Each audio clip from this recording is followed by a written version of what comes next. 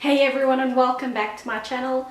So for those of you who don't know, I'm Danielle, and in today's video we are going to be talking about these guys, the African penguin.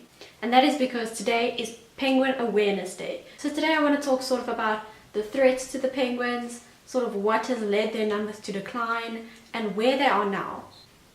So the African penguin is the only penguin known to breed on the African continent, and that's mainly along the South African coastline. So these guys are proudly South African.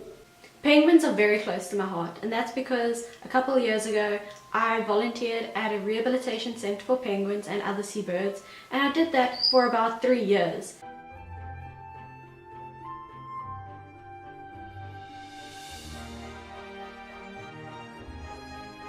So I worked with the African penguin when they came into the center, weak, underweight, wounded even, and I was part of the team that would help rehabilitate them and eventually with the hope to release them back into the wild. The penguins would come in with a number of issues, although the main one across the board seemed to be that they were underweight.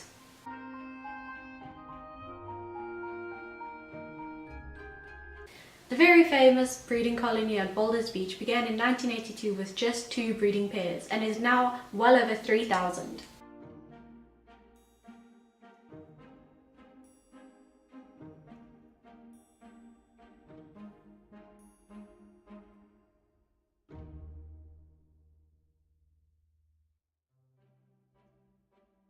This is largely due to the reduction of commercial fishing in the area, which allowed the natural fish population to grow and provide food for these penguins. Unfortunately, despite the success at the Boulders colony, the species is still vulnerable and their numbers are still declining. So first, let's talk about the threats to the African penguin. So in the early 1900s, their eggs were collected as a source of protein for people, and their guano, or poo, was collected to use as a commercial fertilizer.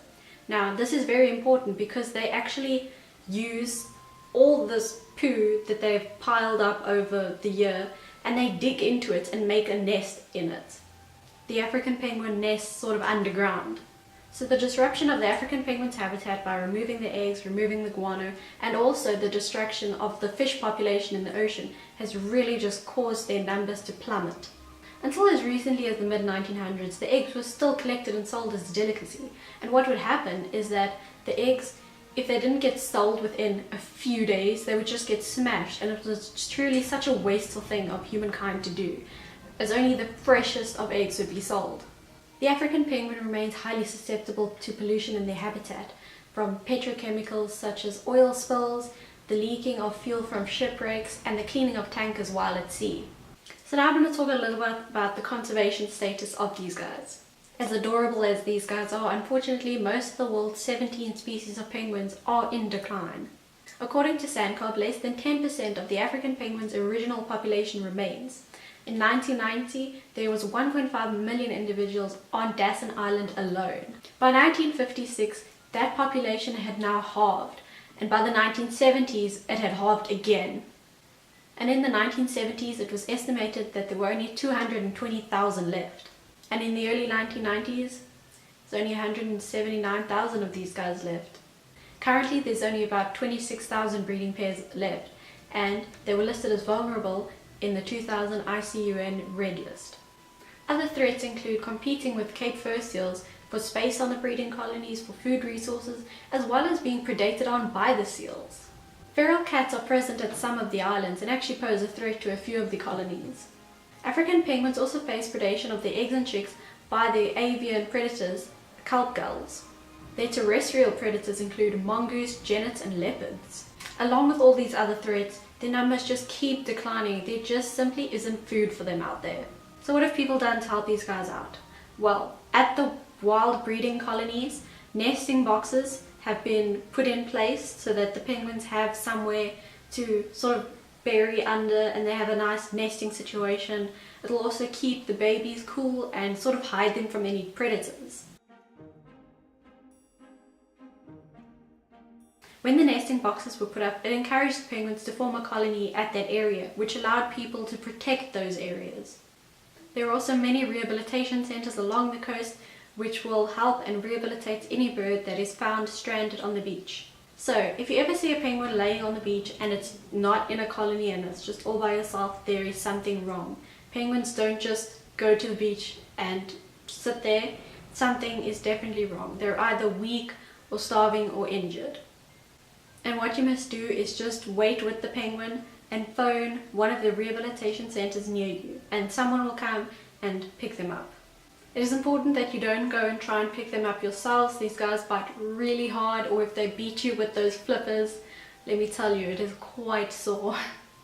Other penguin conservation efforts include the construction of boardwalks and fences to protect the penguins from being disturbed. There are also some penguins that after being rehabilitated, they get a little tracker on them. So there's lots of research being done into where they go and where they're trying to look for fish and all these kinds of things. Whenever a penguin is released from one of these rehabilitation centers, they get a little tag on their wing, and they're also microchipped so that if they ever wash up again, and they will be scanned and checked that on little tag on their wing, and then people will know what their history is and where they've come from. There are so few of these guys left, and I really encourage you, if you can, to go to one of these rehabilitation centers and have a guided talk by the people there and see what there is that maybe you can do, and just educate yourself on what they're doing and maybe donate to them even. I've got around 3 penguin release videos on my channel. I'll link them down below. The newest one being the nicest and the longest. The other 2 are quite old, but you can still watch them. So that's it, guys. I really hope that you learned something and that you love these little penguins as much as I do, because they are so adorable, and it's really sad that their numbers are so little. So go check out those other penguin release videos, and I'll also link below either the website or the Facebook page of some rehabilitation centers here in South Africa that you can go visit.